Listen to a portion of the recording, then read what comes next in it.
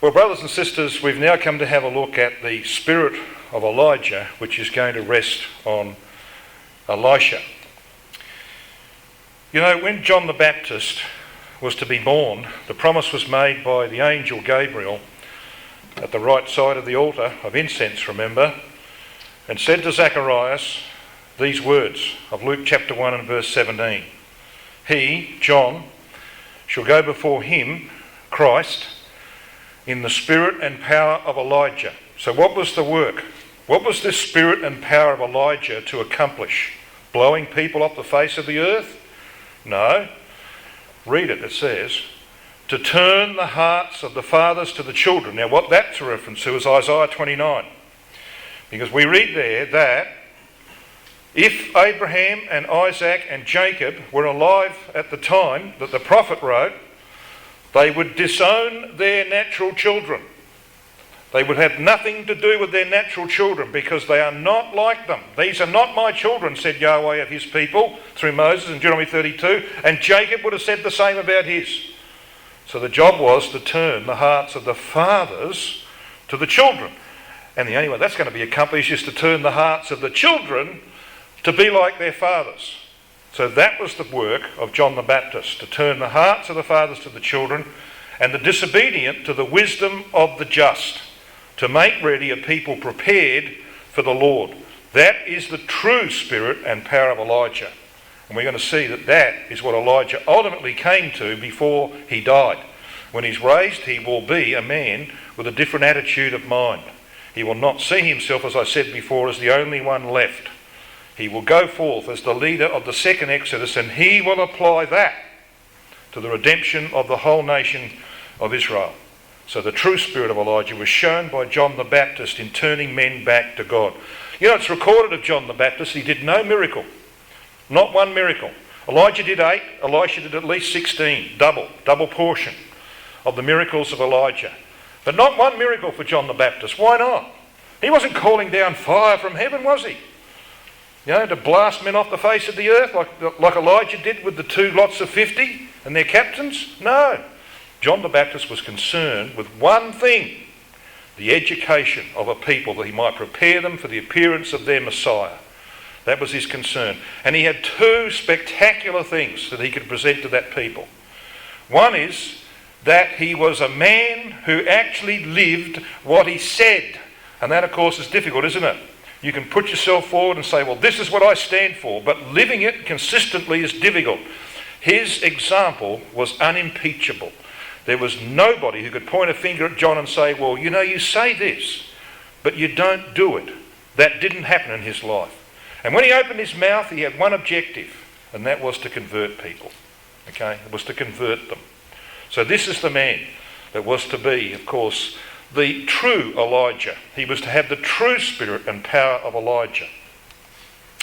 And John's power, as I said, lay in his unimpeachable example. You know, in Luke chapter 3 verse 11, they came along to him and said, well, what will we do? The soldiers said, well, what will we do? Those who came along and said, well, we've got plenty. What are we going to do? He says, well, if you've got 2 garments, which he didn't, and the one he got off a dead animal, all right? You've got 2 coats, he said, give one away to someone who needs it more than you. And they looked at him and says, well, he couldn't give his away because he's only got one, and by the way, I wouldn't wear it anyway. All right, so he's unimpeachable in his example. He lived what he said. That was the true power of John the Baptist. It was the true power of Elijah. So Elisha is to succeed Elijah. This is the time when Moab revolts. If you have a look at the record of 2 Kings chapter 1, the very first verse of the 2 Kings chapter 1 says, then Moab rebelled against Israel after the death of Ahab. If you just flick a page or so to 2 Kings chapter 3 and verse 4, you're given the details of that. Verse 4 of chapter 3 says, and Mesha, king of Moab, was a sheep master and rented unto the king of Israel 100,000 lambs and 100,000 rams with the wool. But it came to pass, when Ahab was dead, and of course the record of the death of Ahab is the last chapter of the first of Kings, 1 Kings 22. So this rebellion that's recorded in the very first verse of 2 Kings happens on the death of Ahab. Now, when Ahab died, he was replaced by his oldest son, Ahaziah. We're going to say a few words about Ahaziah in a minute. But it wasn't until the times of Ahaziah's brother Jehoram, because Ahaziah only reigned for 2 years, Jehoram comes on the throne. That's when this rebellion of Moab really takes off. And that's where Elisha's going to get involved, as we'll see as we proceed in our third study today. So that's the context. So it's in this period that you can see here, with the death of Ahab, the short reign of Ahaziah, and then Joram his brother. Elisha has a lot to do with King Joram in this history. And then, of course, he's involved with Jehu. He anoints Jehu, and he's involved with Jehu's sons and grandson. He's there for some 50 years involved in the work that he undertakes. That's the history.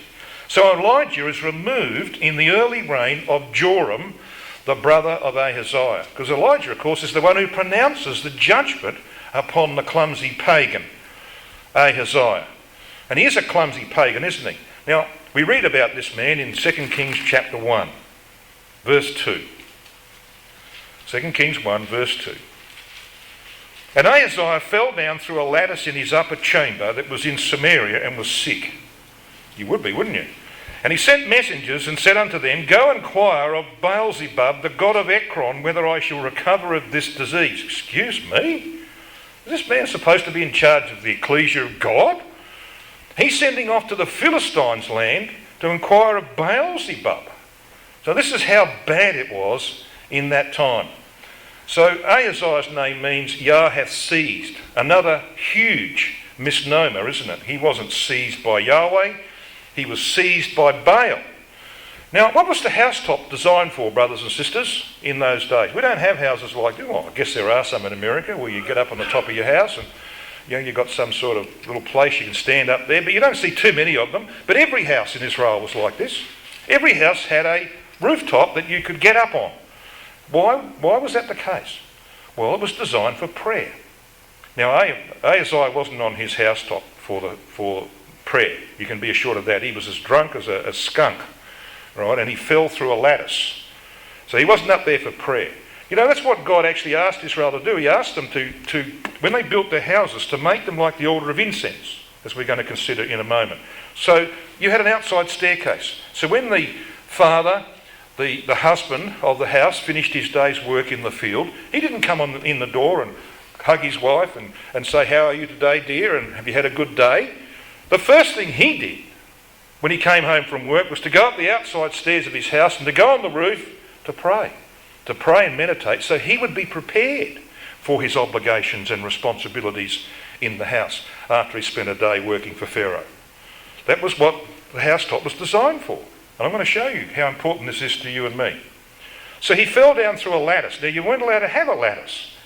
All right? It's too flimsy. You lean against it and over you go. You weren't allowed to have a lattice.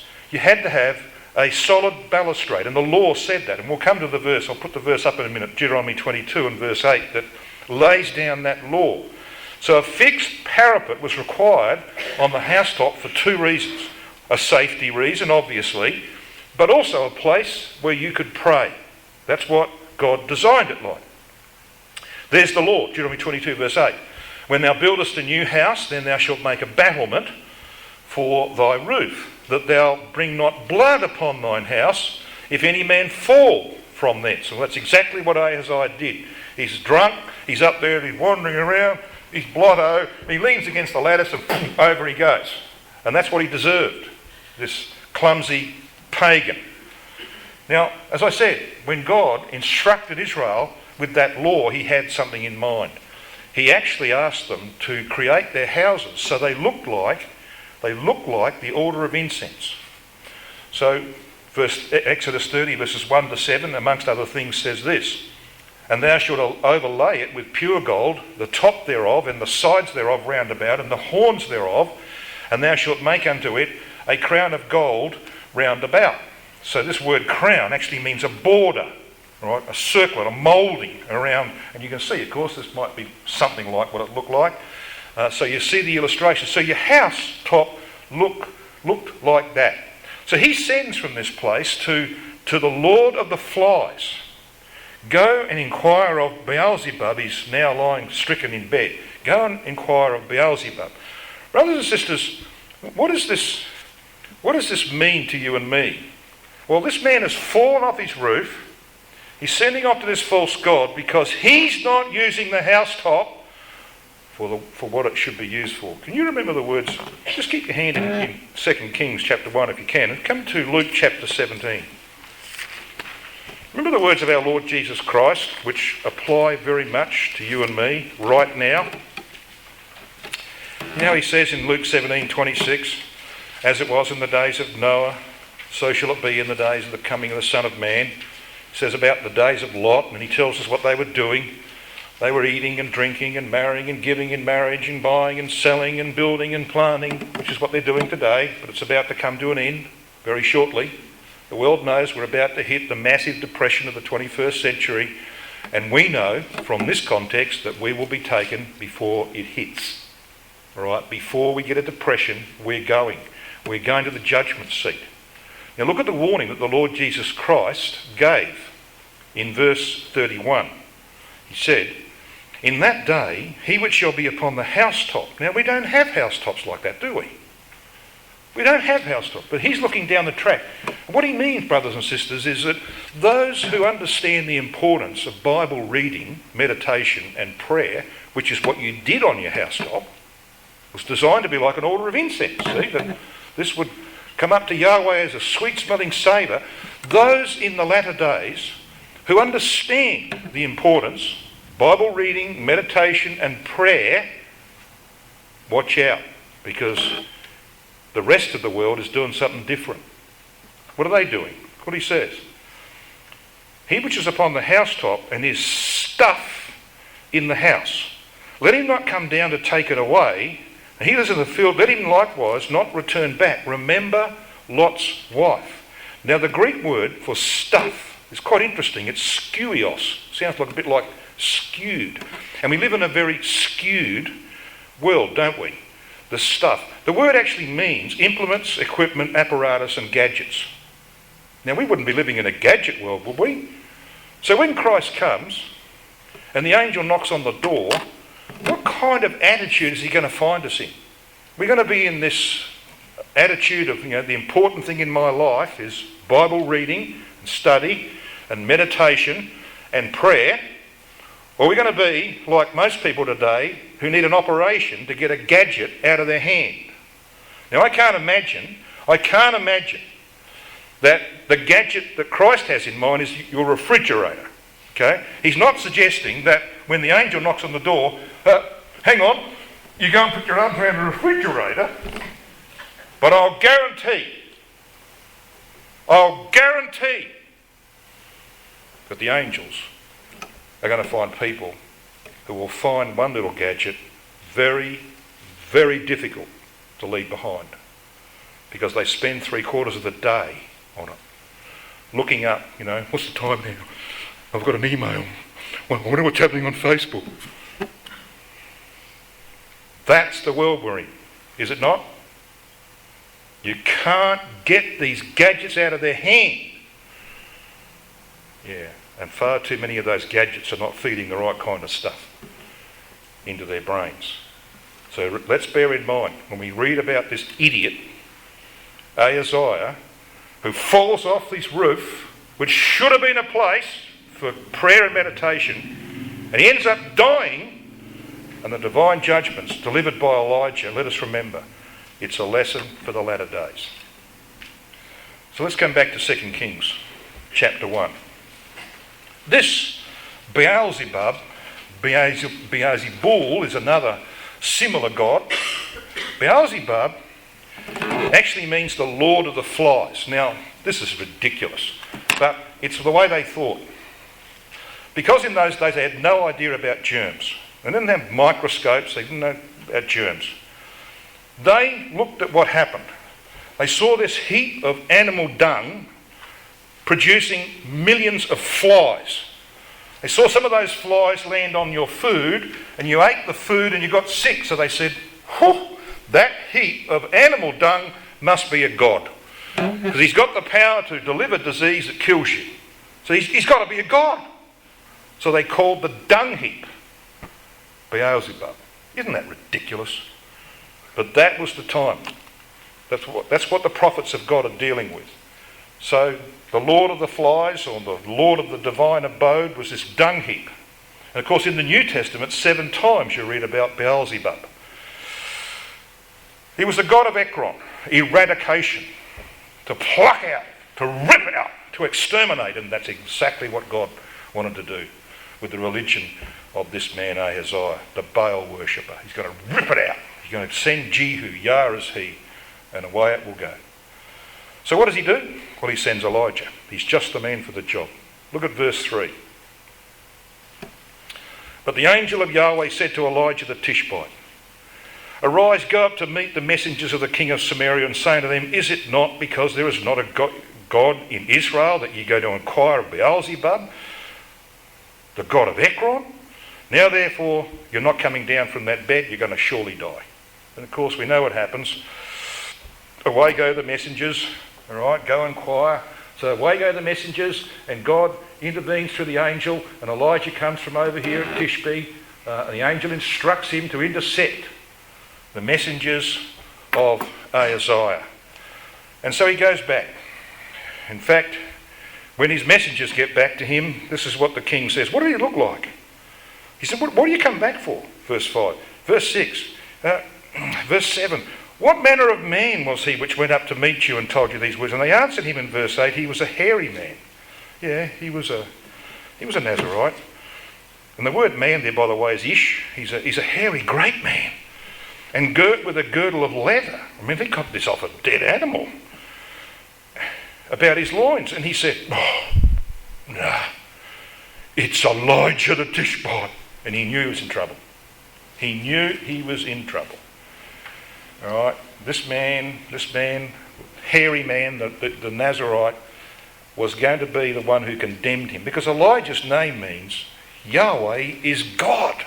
Not Baal-zebub, Yahweh is God.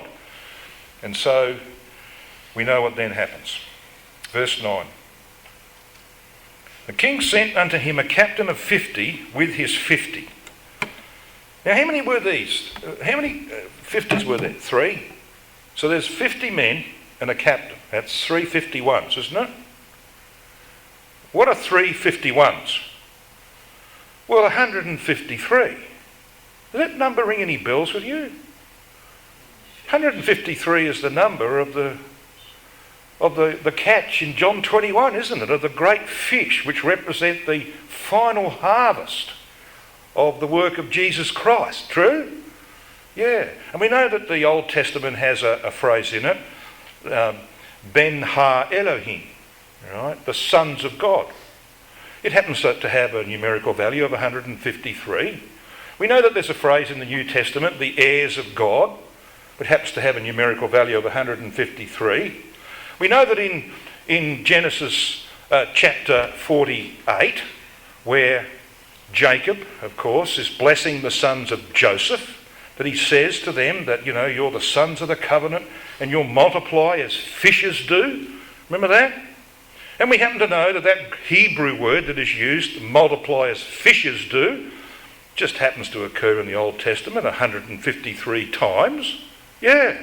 So when you read 153, it's not an insignificant number, is it? Because when you take the number 17, which to a Hebrew means absolute, total, completion, 7 plus 10, you add 1 plus 2 plus 3 plus 4 down to 17, you get what? 153.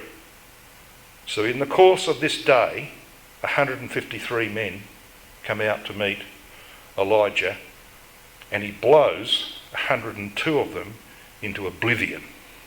All right, that's the story here. And Christ has got something to say about this. I want to show you he's got something to say about this. And we're going to see that he is going to follow the example of Elisha and not the example of Elijah. I'm going to demonstrate what the true spirit of Elijah should have been and ultimately did become in that man. So then, 3 captains in their 50s. The first 2 captains, verses 9 to 12, acknowledge Elijah as the man of God. They don't come along and say, now listen here, you scrubby looking prophet. You're coming with me and I'm going to kick you behind. They don't say that. They come out and say, oh, man of God. There's respect. There's honour. He says, if I be a man of God, let fire come down from heaven and destroy you. So why does God do that? Well, he has to do it, doesn't he? He has to do it. If those men went back and said Elijah called for fire to come down from heaven and it didn't happen, then who's won here today? Baal-zebub. Can't happen. So God is compelled to destroy these men, to uphold his own honour and his own righteousness. Yeah, we can make mistakes, brothers and sisters, that cost people their lives. We can. So, verses 13 and 14. If you have a look at the record, verse 13, he sent again a captain of the third 50 with his 50. And the third captain went up and he came and he fell on his knees before Elijah. He's desperate and he besought him. And he said unto him, O man of God, I pray thee, let my life and the life of these 50 thy servants be precious in thy sight. And behold, there came fire from heaven. I saw it all from afar. You blast them off the face of the earth. And you know, Elijah was going to call down fire from heaven again. He was. Because this time an angel, the angel of verse 3, the angel who told him to go down and intervene, that angel has to intervene again. He comes and he says, he said to Elijah, go down with him, be not afraid of him. There's the index. He was afraid of him. Don't be afraid of him. We're going to find in our studies, brothers and sisters, Elisha is never afraid. It doesn't matter what faces him. He's never afraid. But Elijah is very, very fearful. So he goes down on that instruction. So what does this all mean to us? Well, it means something very important because it's all foreshadowing something. It's foreshadowing Luke chapter 9. I want you to come to Luke chapter 9 again. We were here a little while ago, weren't we? Very important chapter.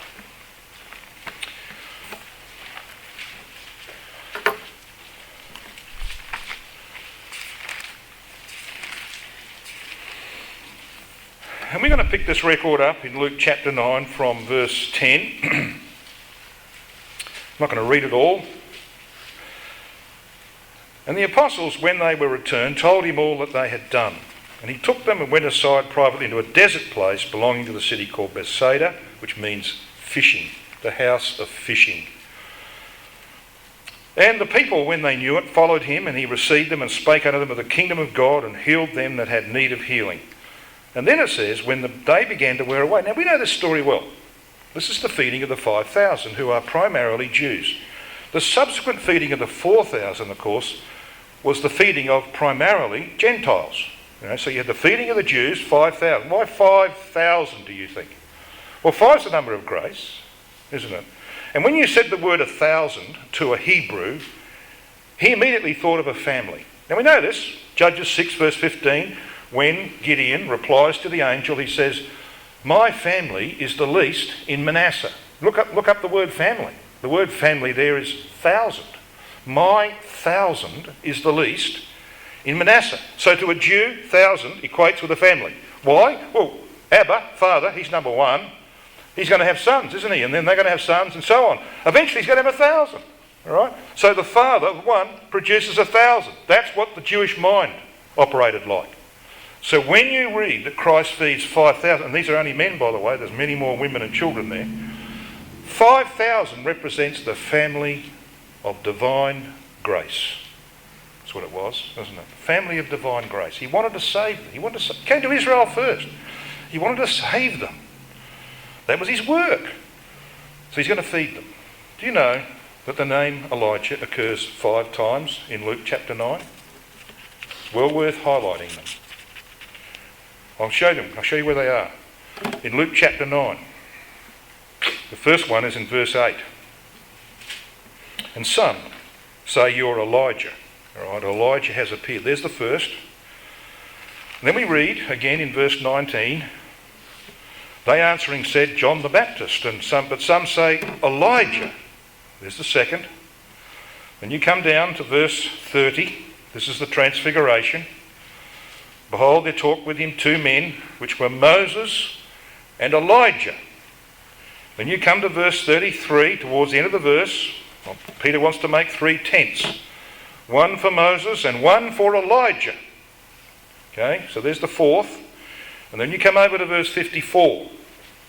His disciples James and John saw this. They said, Lord, wilt thou that we command fire to come down from heaven and consume them, even as Elijah did? Yeah, that's 2 Kings 2.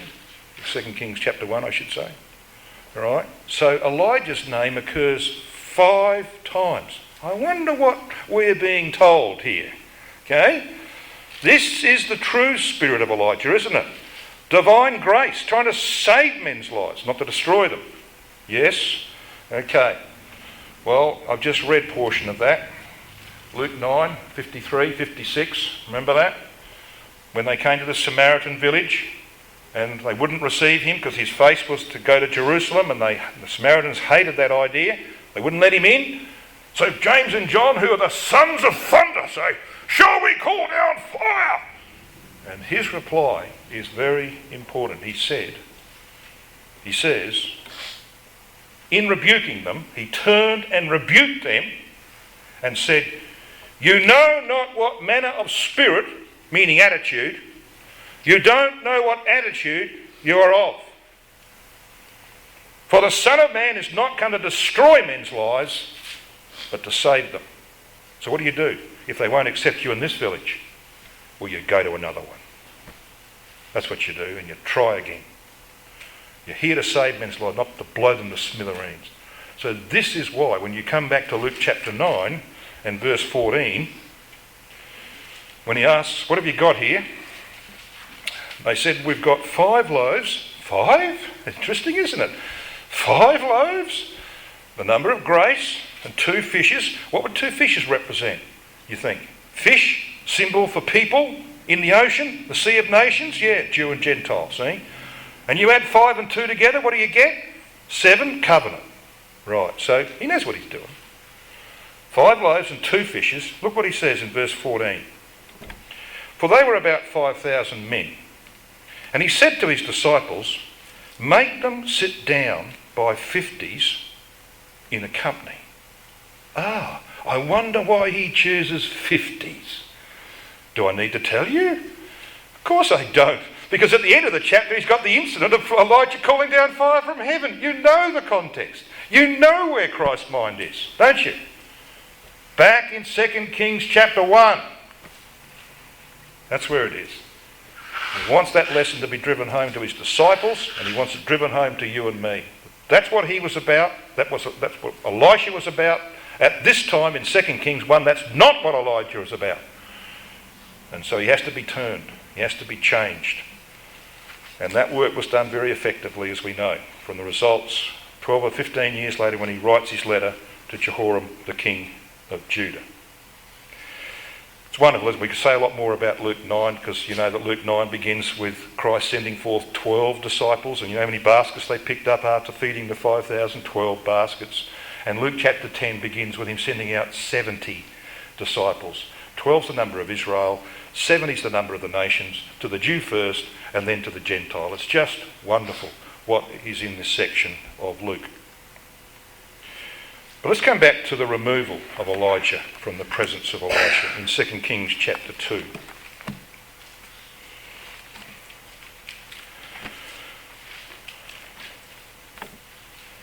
As the very first verse said, 2 Kings 2 verse 1, this was the time that Yahweh was to take Elijah into heaven by a whirlwind.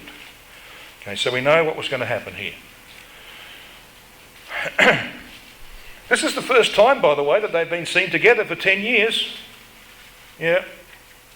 First time for 10 years that we see Elijah and Elisha together.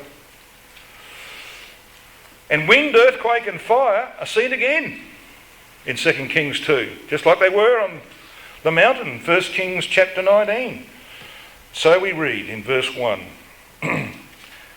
came to pass when Yahweh would take up. Now that word take up, Allah, means to ascend. He was to be taken into heaven, but he was to be deposited. And if you want to look that up, look it up in in the 2nd of Chronicles chapter 21. I think it's verse 12. I might be a little bit later and it could be a bit earlier than that.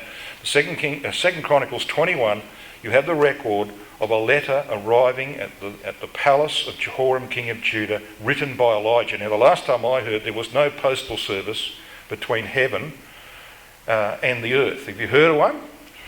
No. There's no postal service, is there? So this letter that was sent by Elijah it was in Elijah's handwriting. Means that he was not somewhere in heaven, brothers and sisters. He was on the earth.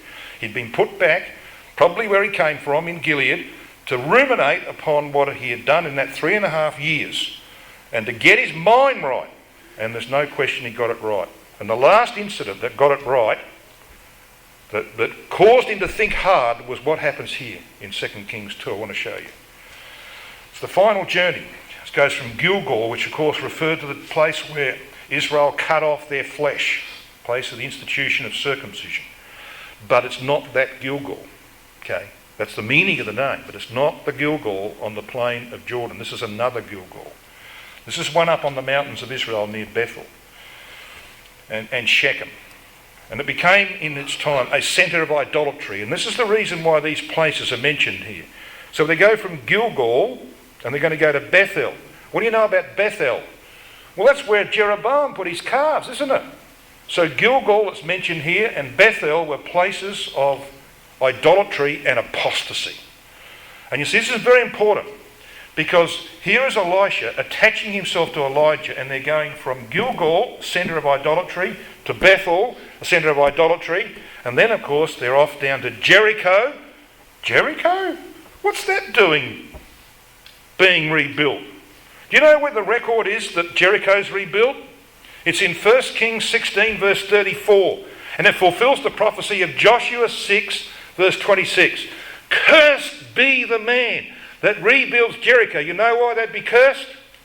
You know why he lost his oldest son when he laid the foundations? And his youngest son, he might have lost 10 in between, we don't know, but he lost his whole family in building Jericho. This man called Hiel. His name means living of God. He was as dead as a doornail. From the shoulders up, he was dead. He rebuilt Jericho in the days of Ahab. You know why that had to happen in the days of Ahab? Because Jericho was the home in Canaan of Baal worship. It was the centre of Nimrod's worship. And that's why Yahweh devoted it to utter destruction. Just as he will devote the Catholic system that came from it to utter destruction. Alright? So they go from what? Gilgal, Bethel, Jericho, all centres of idolatry. What's that about? And why does Elisha say, I'm not leaving you? Well, you see, he wants something. He wants something very special. We're going to see in a minute what it is. But you know what he's saying to Elijah? I don't care about these places being centres of idolatry because I am going to work to change them. And he had a circuit, didn't he, Elisha? He had a circuit like Samuel. He revived the schools of the prophets that Samuel had created. And Samuel went from place to place, teaching, holding Bible schools. I'm going to educate this apostasy out of these places. That was his attitude. Probably now this place Gilgal was Elisha's adopted home. We read a couple of passages that would suggest that. Bethel, the house of God, which we know Paul picks up in 1 Timothy 3:15 to represent the Ecclesia, was a place of apostasy. I will not leave thee. This is used by Elisha 3 times. Gilgal, Bethel and Jericho. It's a declaration of his loyalty and trust in the man of God. And of course we read about the sons of the prophets in verse 3. The sons of the prophets that were at Bethel. See, now this place has got a school of the prophets there. It might be the centre of Jeroboam's worship, but it's got a Bible school there. This is what you've got to do. You've got to get the Word of God open. You've got to go back to the pioneers. You've got to go back to the basics. You've got to teach. You do that, you can teach apostasy out. So they say here in verse 3, the sons of the prophets that were at Bethel came forth to Elisha and said, knowest thou that Yahweh will take away thy master from thy head today? What does that mean, do you think? From thy head today. Well, this is the language of pupils. This is the language of someone who sits at the feet of someone to learn. That's what they used to do. They would sit at the feet of the teacher. So there is the teacher. He's sort of over the top of them. And there's him looking up at the teacher saying, yeah, well, yes, I'll look that passage up, sir. You know, this is the pupil, teacher mode. Don't you know your teacher's going to be taken away from you today? They say to him. Yeah, and I know what Elisha says. He says, yeah, I know. Leave me alone. What he's really saying to them is, I'll be back, yeah, and I'm going to be standing over and you'll be down there learning from me very shortly. That's what he's saying to them. And he did. These schools of the prophets, revived from the days of Samuel, are very, very critical for the survival of the truth in that day and in this. Yea, I know it. I know it, and I'm going to be persistent. Jericho, fragrance, the city of the moon, the centre of apostasy and idolatry of Baal worship in the land. And then, of course, it's interesting to note this, isn't it? Verse 7 of 2 Kings 2. You notice how I'm just sort of skipping you through this? I have to. Okay? I haven't got any choice. Look at verse 7. And 50 men of the sons... Oh, this is interesting, isn't it? I think we've read about 50 before. Yeah, I'm going to read about them again. When you come to verse 16 and 17, you read about 50 sons of the prophets. I don't think that's accidental either. I think that might be a reference back to chapter 1, eh? Yes. So, verse 8, we read this. And Elijah took his mantle, remember that was the symbol of his prophetic office, and he wrapped it together and smote the waters, and they divided hither and thither, so they too went over on dry ground. So he wraps it, folds it up, and they go over bound together, these two, on dry ground. And verse 9, of course, came to pass when they were gone over, that Elijah said to Elisha, ask what I shall do for thee when I'm taken from you. And Elisha said, I pray thee, at the end of verse 9, I pray thee, let a double portion of thy spirit be upon me. Now in the Hebrew, brothers and sisters, there are two words there. There's the word shenim, which is the word for two or double, and there's this word portion. Now that's not a great translation. I guess the translators were scratching their heads when they came across this Hebrew word, because it's the Hebrew word peh, P-E-H. And peh, of course, is one of the letters of the Hebrew alphabet. It's the mouth. It's about the mouth. So really a literal translation would be this. I pray thee, let a mouth or two of thy spirit be upon me. Now, of course, he's referring to the right of the firstborn, isn't he? You get a double portion. You know, the firstborn gets a double portion. Yes, that's in there. But he's asking for a mouth or two of Elijah's spirit. And what's that about? Well, you see, what Elisha is asking for is, you know, for the last 10 years, Elijah, I've been sitting at your feet learning. I have learnt so much. I've learnt so much from you. Can you give me a double mouth like yours so that I can actually carry it away and build the family? That's why the firstborn of a family got the double portion. They got the double portion so they could have the means to build the family. See? That's what he wants. This is a man who knows what his job is. His job is to grow in understanding and to pass it on. He wants a mouth or two of the spirit that Elijah had showed to him for the last 10 years.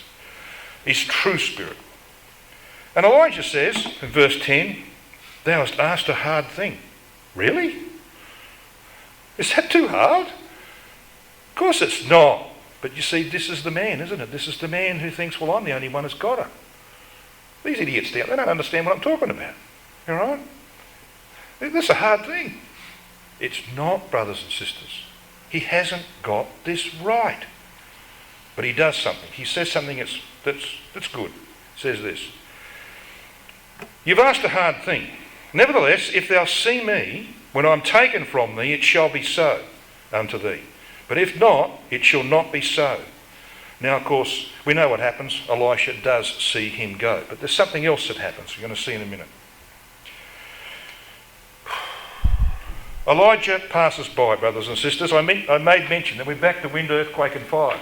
So verse 11 tells us that it came to pass as they still went on and talked that behold there appeared a chariot of fire and horses of fire and parted them both asunder. And Elijah went up by a whirlwind into heaven. So we've got the wind All right, the wind is dividing them. Then we've got an earthquake because Jordan is divided hither and thither, wasn't it? Back in verse 8. And again, when Elisha picks up the mantle of Elijah and he smites the Jordan, and again it breaks open like an earthquake cracks open the earth. So you've got an earthquake sort of thing. And then in verse 11, there's reference to a chariot of fire and horses of fire. So what have you got? You've got 1 Kings 19, haven't you? Wind, earthquake and fire. They're always associated with Elijah, aren't they? But he's passing by. And what's going to be left behind when Elijah's gone? You got it. The voice of a gentle whisper with the persistence that Elisha shows in this chapter. I'm not leaving you. Don't ask me to leave you. It's that kind of persistence that he would carry into his mission from here on. He represents that still small voice. And the mantle we saw, of course, the mantle that is referred to here in 2 Kings 2 and verses 8, 13 and 14, Adareth, is the symbol of the prophetic office of the great prophet Elijah. But I want you to notice something. Let's just get this straight first. I love this little picture. This is out of one of those Bibles that's got illustrations in it, you see, and you've got the idiot who didn't read this carefully. He's got Elijah riding away in the chariot. Well, he didn't ride away in the chariot, did he? The chariots of fire and the horses of fire stayed with Elisha. They didn't go anywhere. They stayed with Elisha. We're going to show that in chapter 6, verse 17. They stayed with Elisha. He was whipped away by a whirlwind. That took him away and lobbed him somewhere over in Gilead. But these horses and chariots stayed with the prophet. 2 Kings chapter 6 and verse 17 tells us that very, very clearly. So Elijah goes up, but there's something else that happens. You see this mantle that's falling down? It looks like a kingly robe to me, so that's another idiotic representation. It's his rough garment he's got from a dead animal. Okay, so it's that mantle that symbolises his prophetic office. I want you to notice something. Twice in this record we read about this. Look at verses 13 and 14. So when Elisha's crying out, my father, the chariot of Israel, and the horsemen thereof, and he saw him no more. So he sees him go, he calls him the chariot. Chariots don't go with Elijah though, they stay with Elisha. Verse 13 says, he took up the mantle of Elijah that fell from him and went back and stood by the Jordan. Look at verse 14. Now do you need to be told again? Do you? You reckon you're to be told again that the mantle fell from Elijah? No. Do you think God puts padding in the Bible? No. So why's he got it there a second time? Are we dumb? No. He wants to get a message through. Verse 14. And he took the mantle of Elijah that fell from him. He's telling you something. Elijah took it with him. He was not willing, brothers and sisters, to pass that mantle on. He held onto it tightly. So when the whirlwind comes and divides them, and he's whipped away by it, he's clutching the mantle. And Yahweh says, let that go. And the wind is powerful enough, like the wind on Mount Horeb, to break open his hands. And he sees this mantle going down, and not only does it fall off him to the ground, it falls at the feet of Elisha, who bends down and picks it up. And it's the last thing that Elijah see. So Elisha has got the mantle of Elijah, which he did not want to give away. If we get the idea that we are the bastions of truth and I'm the only one left that knows anything about the pioneers, we've got a problem. You've spent your life teaching others and standing over students like Elijah did for the last 10 years before he's taken away. You'll have people that can pick up the mantle and run with it. And I am very, very thankful to our God that I can travel through North America. And I can say this with confidence. We'll scrub this off the tape later on. There are more young brethren on this continent who are ready to take up the mantle of teaching in our community than there are in Australia where I come from. But when Elisha picks it up, this is what he says in verse 14. Where is Yahweh Elohim of Elijah? And when he had smitten the waters, they parted hither and thither, just like they did for Elijah. And he continued with the work. He proved that Yahweh was with him as he had been with Elijah. But then we have these 50 sons of the prophets. Now this is another lesson for us. Verse 16. The declaration is made in verse 15 by these sons of the prophets who are watching on, and they say, the spirit of Elijah doth rest on Elisha. They'd seen miracles. They'd seen the Jordan divide, see? They haven't got this right yet, have they? It's not the true spirit of Elijah, is it? They haven't got it right, and they're going to learn a lesson. Verse 16, they said unto him, behold, now there be with us 50 strong men. Let us go and search for Elijah. He might be dropped somewhere and he might be in trouble. And Elisha says, you're not going. They said, look, can we go? Verse 17, and when they urged him till he was ashamed, he said, well, okay, go, you idiots. And they were. So they went for 3 days and they're searching him. And they came back. We couldn't find him. He says, didn't I tell you? What does that mean, you think? I'll tell you what it means. This is the lesson that they had to learn, that we have to learn, brothers and sisters. It's not in the big, powerful, fire from heaven stuff, dividing a Jordan. It's not in that you learn to live the truth properly. It's by hearkening every day to the voice, the still small voice of the word. And he kept on saying, look, don't go. You won't find him. Master, can we? Look, please, don't go. You won't find him. And they would take no notice. Isn't that so true of human nature? Took no notice. We got to get to the point where the still small voice is more powerful than wind, earthquake and fire. There's a couple of things I really want to do. At the end of 2 Kings 2, you've got this incident of the 42. It says children in the record. You see here in the record of 2 Kings 2, verse 23. We can't do anything about 19 to 22. That's beyond us. Come down to verse 23. He went up from thence unto Bethel, the very heartland of Jeroboam's apostasy. As he was going up, by the way, there came forth little children out of the city and mocked him and said unto him, go up, thou bald head, go up, thou bald head. Now, these little children are not, you get a picture when you read that word, the little kids going to kindergarten. Well, these are not young children. In the Hebrew, the two words here are kwaton nayar. It means a boy, a lad or youth. They were adolescent youths. They were teenagers. Now, teenagers can be troublesome at times. So this was a troublesome mob of teenagers. There were 42 of them. And they came out and they said, they mocked him, the word they scoffed. And they said, go up, thou bald head, thou bald head. Well, I know a little bit about that. And do you think that Elisha calls out 2 she-bears against these 42 youths because they're making derision of his bald? I don't care what you say about my bald head. That's my business. Keep out of it. All right? I don't care. And he didn't care. He didn't care that he was bald-headed. It's got nothing to do with that, brothers and sisters. This man is the forerunner of our Lord Jesus Christ.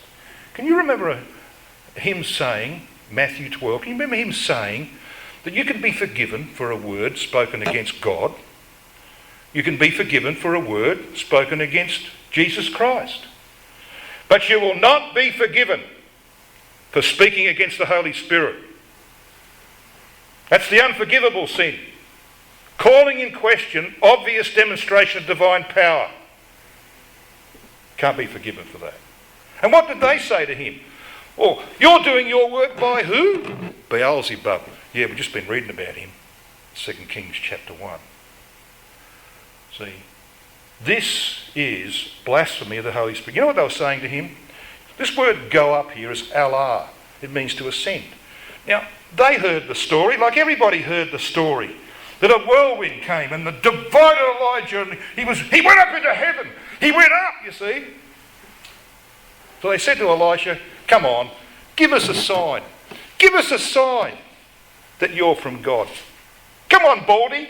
Fly, come on. Do it, Elijah. Fly up through the air. Blasphemy of the Holy Spirit. and out come 2 she-bears. I've just been up to Alaska, by the way. This is my photograph.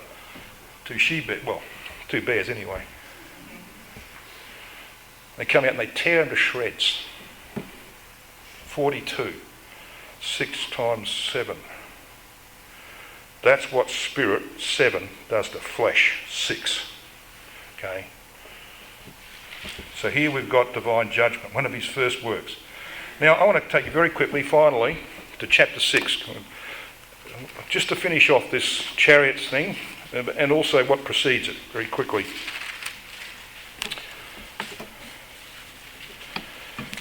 Chapter 6 and verse 1, we read this. And the sons of the prophets said unto Elisha, Behold, now the place where we dwell with thee is too strait for us. It's too narrow. There's not enough room here. Let us go, we pray, down to Jordan, and take thence every man a beam, and let us make a place where we may dwell. And he answered and said, Go ye. And they said, Well, why don't you come with us? So he said, I'll come. So they get down there, verse 4, and they cut down wood, verse 5. As one was felling a beam, the axe head fell into the water. And he cried and said, Alas, master, for it was borrowed. And the man of God said, Where did it fall? And he showed him the place, and he cut down a stick, cast in thither, and the iron did swim. Now you're all familiar with Jordan. It's the descender. And there's a parable in it, isn't there? The living waters that come from Hermon flow down into the Galilee, teeming with life. Then it goes down a serpentine course. It passes through the city called Adam into the Dead Sea where nothing lives. That's the parable of life, isn't it? We know all about that. The inevitability of death, as in Adam, all die. The only thing that can turn that back is when you've got our Lord Jesus Christ, who was typified by the ark being carried by the priests, who step into the Jordan and the waters flow back through Adam. Yeah. So we know that parable. And when you look down on Jordan, it is see the way it's like a snake, isn't it? You don't have too many snakes over here, but I can show you some that are pretty big like that in Australia. All right? Lying on the ground. All right? So this is a graphic parable of human life leading to death. Then it says the iron did swim. So you've got this Jordan that represents that mortality of life, all right? Sinks to the bottom, this iron. So he cuts down a stick. Stick? Yes. Stick is etz in the Hebrew. This word etz is widely used. It means wood, timber, stock, plank, stalk, stick, gallows.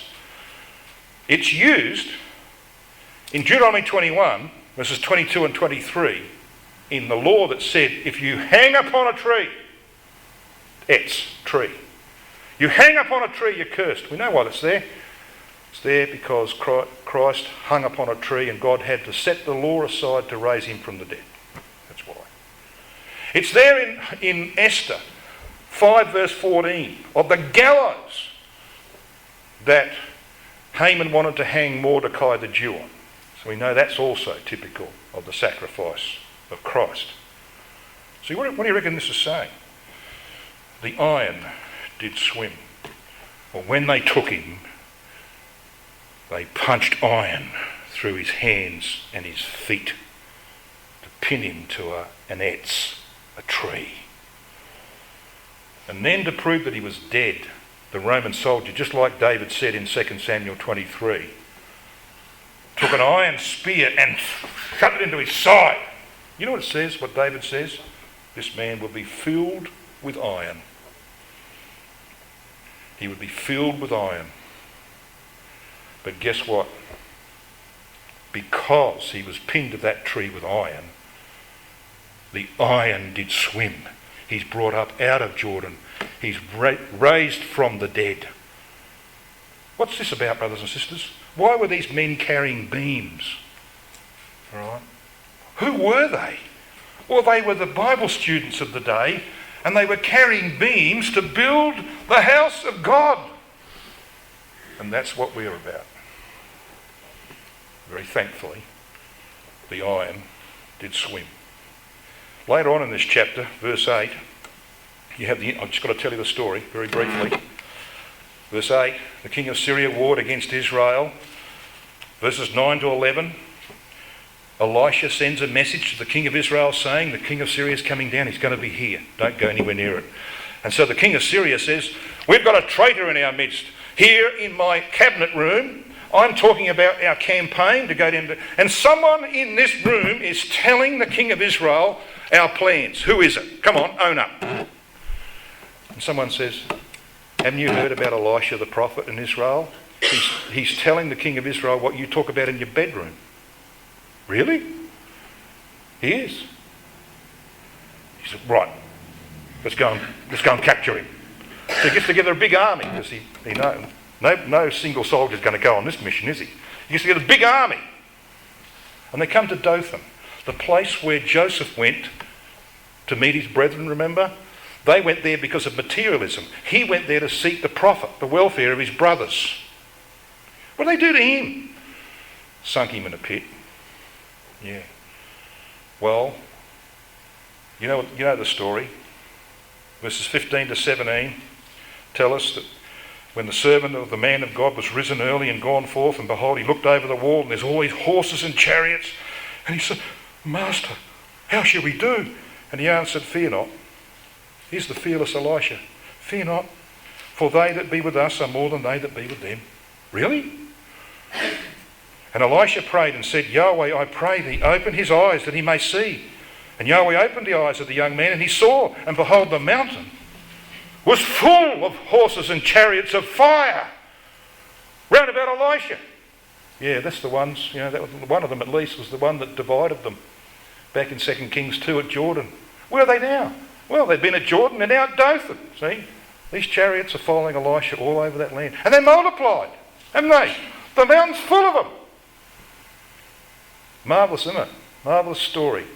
He's got more than a double portion, I think, of just the Spirit. He's got a multiplicity of chariots now. Not only was Elijah the chariot and the rider of Israel, my father the chariot of Israel and the rider thereof, now we've got Elisha. He's multiplied it. Pointing forward to our Lord Jesus Christ, brothers and sisters. So in our next study, God willing, if you think you might be able to endure it, we'll have a look at Elisha and the wars of Israel.